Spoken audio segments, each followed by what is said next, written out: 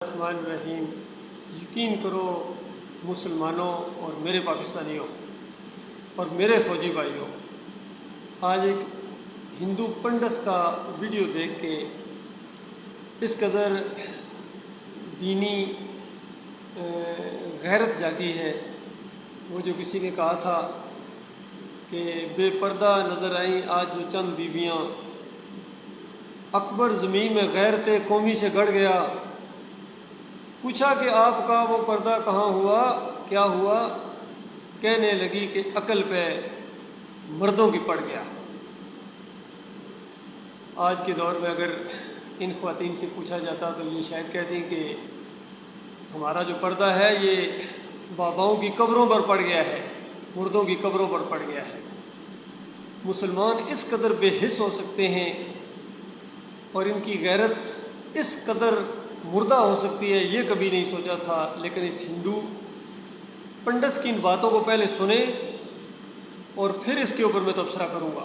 جو اس نے ایسی ایسی باتیں کہیں، اس نے کہا مسلمانوں اپنے گھروں سے قرآن کو نکال دو، کیونکہ قرآن کی موجودگی میں تمہاری یہ حال ہے، تم مرنے سے ڈرتے ہو، تم اکٹھے نہیں ہو۔ قرآن کی موجودگی میں قرآن کو یا مانو یا اس کو گھروں سے نکال دو۔ اس انداز سے اس پنڈت نے غیرت دلائی ہے، لیکن ان مسلمان پنڈتوں کو کوئی غیرت نہیں آ رہی ہے۔ ان مسلمان پنڈتوں کو کوئی غیرت نہیں آ رہی ہے۔ پہلے یہ سنیے، اس کے بعد انشاءاللہ میں اس کے اوپر تبصرہ کروں گا۔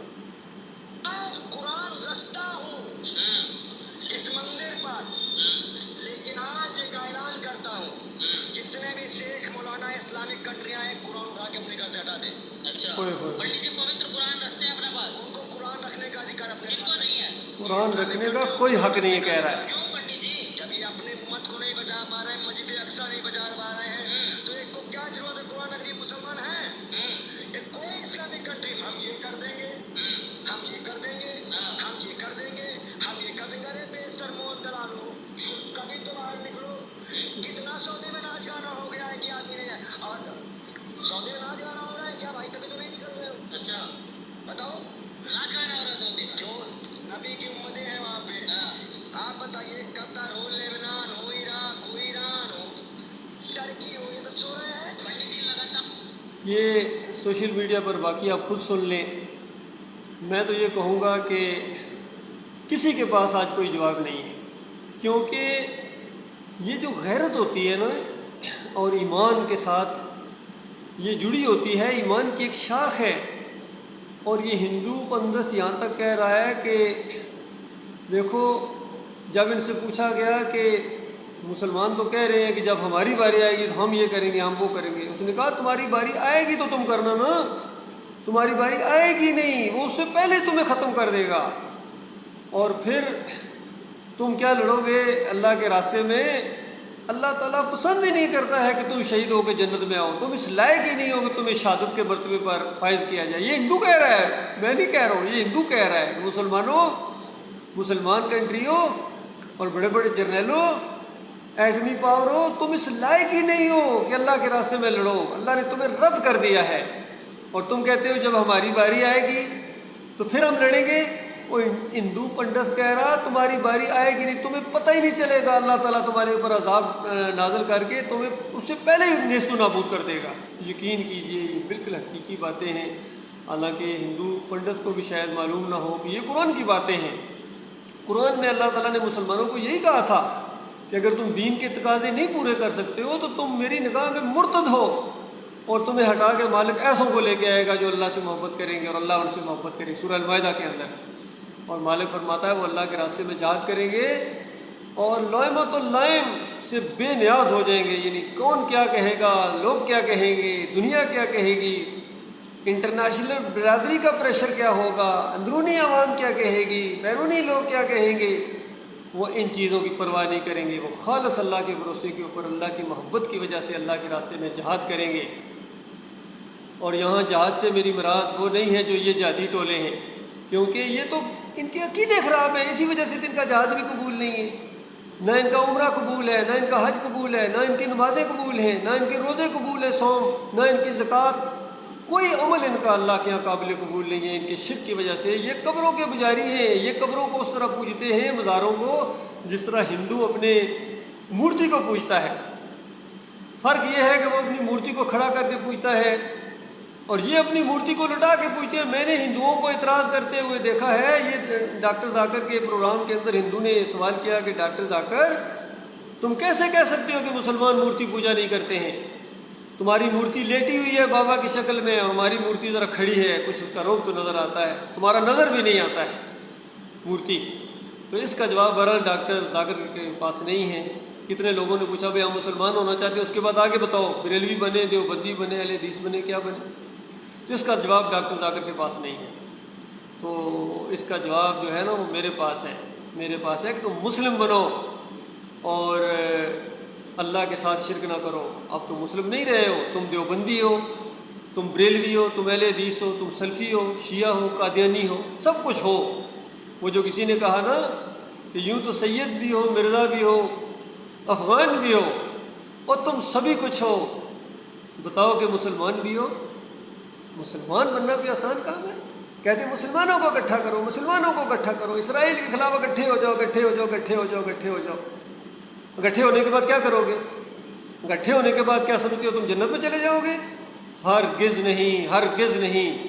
جنت میں جانے کے لیے ایمان خالص ضروری ہے، وہ والا ایمان جو صحابہ کرام نے اختیار کیا تھا، ان کا رعب اور دبدبا تھا۔ ان کا آخری بھی 17 سالہ نوجوان جب ہندوستان آیا ہے تو راجہ دیر کی اینٹ سے اینٹ بجا دی 17 سالہ نوجوان نے، اور ہمارے 70 سال تجربہ کار جرنیل ہیں، تغمے ان سے اٹھائے نہیں جا رہے ہیں، ایٹمی قوت ان کے پاس، کمانڈو دستے ان کے پاس، لیکن نہیں ہے تو ایمان خالص نہیں ہے، ایمان خالص نہیں ہے، توحید نہیں ہے، عقیدے کے اندر شرک ہے، مکے لہرا رلا کے یہ یا علی مدد کے نعرے لگانے والے۔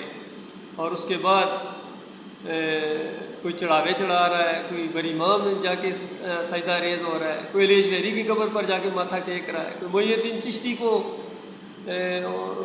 واسطے وسیلے کے ساتھ پکار رہا ہے، کوئی یا علی مدد پکار رہا ہے، کوئی یا رسول مدد پکار رہا ہے، کوئی 11ویں کھا کے آیا ہے، کوئی 12ویں دینے جا رہا ہے، کوئی واسطے اور وسیلے بحرمت فلاں، یہ سب کچھ ہر مشرک، ہر شرک جو پچھلی قوموں کے اندر تھا اس آخری امت کے اندر آ گیا ہے۔ اور سب سے زیادہ بے خوف اور نر یہ عرب ہو گئے ہیں۔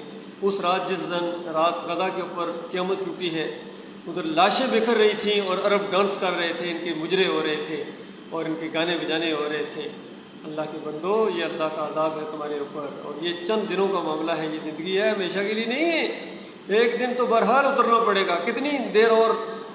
وہ مشرف کے بارے میں کہتا تھا، وہ دکھایا انہوں نے کارٹون کے، وہ باتھ روم میں بھی وردی پہن کے نہا رہا ہے، اور کہتا وردی تو نہیں اتاروں گا۔ آخر اتارنی پڑی، آخر اس صدارت سے اترنا پڑے گا، اس منصب سے اترنا پڑے گا، اس جو کرسی ہے اس سے اترنا پڑے گا۔ کتنے دن اور طول دے لو گے؟ بڑھاپے میں بھی جمے رہو، ڈٹے رہو اس کے اوپر۔ حضرت صاحب ایک دن مرنا ہے، اور مرنے کے بعد پہلی بات جو یہی پوچھی جائے گی، کتاب من ربک، تمہارا الہ کون تھا، تمہارا معبود کون تھا، سجدے کے لائق کون تھا؟ اللہ سجدے کے لائق تھا یا یوسف علیہ السلام سجدے کے لائق تھے یا محمد صلی اللہ علیہ وسلم سجدے کے لائق تھے؟ کون تھا بتاؤ؟ ان ساروں انبیاء نے ایک دوسرے کو سجدے نہیں کیے ہیں، وہ اللہ کو سجدے کرتے تھے، اللہ کو رکوع کرتے تھے، اللہ کے سامنے نظر و نیاز پیش کرتے تھے۔ اور جنگوں کے اندر ایک نعرہ تھا، نعرہ تکبیر، اللہ اکبر، کوئی اور نعرے نہیں تھے۔ یہ مشرکانہ نعرے تو مشرک لگاتے تھے۔ جنگ بدر ہوئی ہے، ایک طرف اللہ اکبر کے نعرے اور دوسری طرف یا حبل، یا ابراہیم اگسنی، یا لات بابا، یا منات بابا، یہی پکاریں تھیں۔ یہ تو حق و باطل یہ ہوتا ہے۔ باقی آپ حق کو مانیں نا، آپ مزاروں کے اوپر سجدے کریں، جمہوریت کو تقویت دیں، اور پھر کہیں کہ حق کا ساتھ دو۔ عمران خان صاحب حق کا ساتھ دو، کہتا ہے میں جہاد کر رہا ہوں، میں جنگ لڑ رہا ہوں، یہ سیاست نہیں ہے۔ واقعی یہ سیاست نہیں ہے، یہ آپ کا شرک ہے، یہ آپ کی دنیا داری ہے، یہ آپ کی خالص فریب کاری ہے۔ کوئی نظام مصطفیٰ کا فریب دکھاتا ہے، کوئی مدینہ ریاست کے سمجھ باغ دکھاتا ہے، اور یہ قوم ہے بار بار لٹتی ہے، بار بار ان کے جال کے اندر پھنستی ہے، پھر ان کے جال کے اندر آتی ہے۔ اور اصل میں اسی لائق ہے کہ ایسے لیڈر ان کو ملیں۔ نہ دنیا تمہارے ہاتھ آئے گی اللہ کے بندوں، نہ آخرت تمہارے ہاتھ آئے گی۔ باقی پہلے ایمان درست کرو، پھر جہاد ہے، پھر کشمیر بھی آزاد ہوگا انشاءاللہ، لیکن ایمان خالص کے ساتھ۔ یہ قبروں کے پجاری، یہ بریلوی، یہ دیوبندی، اہل حدیث، ان کی فوج جتنی مرضی اکٹھی کر لو، تم بیت اللہ میں جا کے نمازیں پڑھو، وہاں پہرے دو، جو مرضی کرو اللہ کے ہاں تمہاری کوئی وقت نہیں ہے، تمہاری کوئی ویلیو نہیں ہے اللہ کے ہاں، بالکل تم اسی طرح بگڑ گئے ہو، تمہارے اوپر یہ عذاب آ رہا ہے یہودیوں کے ذریعے، عیسائیوں کے ذریعے اور ہندوؤں کے ذریعے۔ یہ بدترین قومیں ہیں، بدترین قومیں وہ تمہیں مار رہی ہیں کیونکہ تم نے اللہ کے ساتھ غداری کی ہے۔ کلمے کے غداروں، کلمہ پڑھا ہے لا الہ الا اللہ محمد رسول اللہ، کہ اللہ کے علاوہ کوئی الہ نہیں ہے، کوئی معبود نہیں ہے، اور پاکستان کا مطلب کیا؟ لا الہ الا اللہ۔ اس طرح کلمے پڑھنے کے بعد، اس طرح عہد و پیمان کرنے کے بعد پھر تم نے توڑے ہیں غدارو۔ پھر یہ کہیں یہ داتا ہے جی، یہ دستگیر ہے جی، یہ مشکل کشا ہے جی، کیپٹل کے اندر کھوٹی کھری کرنے والا بیٹھا ہوا ہے، سمندر کو روکنے والا عبداللہ شاہ غازی ہے۔ اچھا کلمے پڑھنے والوں، یہ تمہارے عقیدے ہیں، یہ تمہارا ایمان ہے جو خالص کفر و شرک ہے اور قرآن کا انکار ہے، مذاق ہے قرآن کا، انبیاء کی ساری دعوت کا انکار ہے، مذاق ہے۔ تو ایسے لوگوں کے ساتھ اللہ تعالیٰ نے یہ وعدہ کیا تھا میں ان کو دنیا کے اندر ذلت دوں گا اور آخرت میں جہنم کی شدید تر عذاب کے اندر ڈال دیا جائے گا۔ بہرحال جو مر گئے وہ تو فارغ ہو گئے، اب قیامت تک کے لیے تلافی کا کوئی موقع نہیں ہے۔ جو زندہ ہو میرے پیارے بھائیوں، میں خیر خواہ ہوں آپ کا، میں بھائی ہوں آپ کا، میں مولوی نہیں ہوں، میں پیر نہیں ہوں، میں کوئی سیاسی لیڈر نہیں ہوں، میں 7 پنجاب ریجمنٹ کا آرمی افسر ہوں الحمدللہ۔ 70 PMA لانگ فورس کے ساتھ میں نے ٹریننگ کی، 4 سال پاکستان ملٹری اکیڈمی کے رگڑے کھائے ہیں، اور اس کے بعد جب میں نے یہ بات پیش کی اپنی یونٹ کے اندر بھی، دیکھو تمہارے ایمان کے اندر خرابی ہے، یہ دم علی نعرہ حیدری کی نعرے نہ لگاؤ، شرک ہے، قرآن کے پہلے صفحے کا انکار ہے۔ تو آگے سے کیا جواب ملتا ہے؟ ہاں جی بات تو آپ کی ٹھیک ہے جی، لیکن یہ فوج ہے۔ اللہ کے بندو غور کرو، کیا فوج اللہ کا مقابلہ کرنے کے لیے بنائی تھی؟ پاکستان اللہ کا مقابلہ کرنے کے لیے بنایا تھا ملک، یا اللہ کے دین کو نافذ کرنے کے لیے بنایا تھا؟ آج پوری طرح حالت جنگ میں ہو مسلمانوں تو اللہ کے خلاف۔ شرک تو بہت بڑی چیز ہے۔ سود کے بارے میں اللہ تعالیٰ نے کہا کہ جو سود نہیں چھوڑتا ہے اللہ اور اللہ کے رسول کے خلاف اعلان جنگ ہے۔ کون سود چھوڑنے کے لیے تیار ہے؟ بتائیے، ہر ملک کے اندر، عربوں کے اندر، اجمیوں کے اندر سود ان کی دماغوں کے اندر، ان کے خون کے اندر، ان کی رگوں پٹھوں کے اندر دوڑ رہا ہے۔ اور جو شرک ہے وہ سود سے بھی بہت بڑا گناہ ہے، بہت بڑا گناہ، ناقابل معافی گناہ ہے۔ ناقابل معافی اگر کوئی گناہ ہے تو صرف یہ شرک ہے، اللہ کے علاوہ کسی اور کو پکارنا۔ یہ میرے بھائیوں بڑی ہمدردی کے ساتھ، اس سے پہلے بھی میں نے کئی بیانات ریکارڈ کروائے ہیں، میرا یوٹیوب چینل ہے، یہ پڑھو، دی یونٹ سولوشن کے نام سے میں نے کتاب بھی لکھی ہے، سب کو بھیجی ہے، ان کے ہاتھوں میں پکڑائی ہے، لیکن ٹس سے مس نہیں ہوتی۔ اس کو سب سے غیر ضروری چیز اس کو سمجھتے ہیں، ایمان اور عقیدے کی بات کو سب سے زیادہ غیر ضروری چیز سمجھتے ہیں، اور آگے سے کبھی کہتے ہیں وہ پھر ایسی بات کرنے سے پھر فساد برپا ہو جائے گا۔ اچھا ویسے امن و سکون کے اندر بیٹھے ہوئے ہو، ایمان اور عقیدے کی بات چھیڑو گے تو فساد برپا ہو جائے گا، اللہ کی توحید کو مانو گے تو پھر تم فساد برپا ہو جائے گا۔ فساد تو برپا ہوا ہے، اس کو ختم کرنے کے لیے لعلہم یرجعون، مالک فرماتا ہے وَلَنُذِيقَنَّهُم مِّنَ الْعَذَابِ الْأَدْنَىٰ دُونَ الْعَذَابِ الْأَكْبَرِ، لعلہم یرجعون، مالک فرماتا ہے اکبر عذاب سے پہلے، وہ جو مرنے کے بعد اور قیامت کے دن اکبر عذاب، بہت بڑا عذاب تمہارے لیے شروع ہو جائے گا، اس سے پہلے یہ دنیا کے کچوکے ہیں، ہلکا عذاب، عذاب ادنا ہے،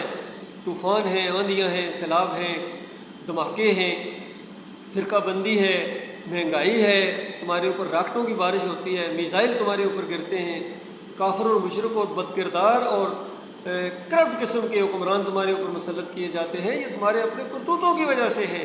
اور چادریں چڑھاؤ، اور عرس اور میلے کرو، اور پیری مریدی کرو، پیر صاحب کی پنڈلیاں دباؤ، اور واسطے وسیلے کے ساتھ پکارو، اللہ کو گالیاں دو شرک کے ذریعے، تو اللہ تمہیں رحمت کے پھول برسائے گا۔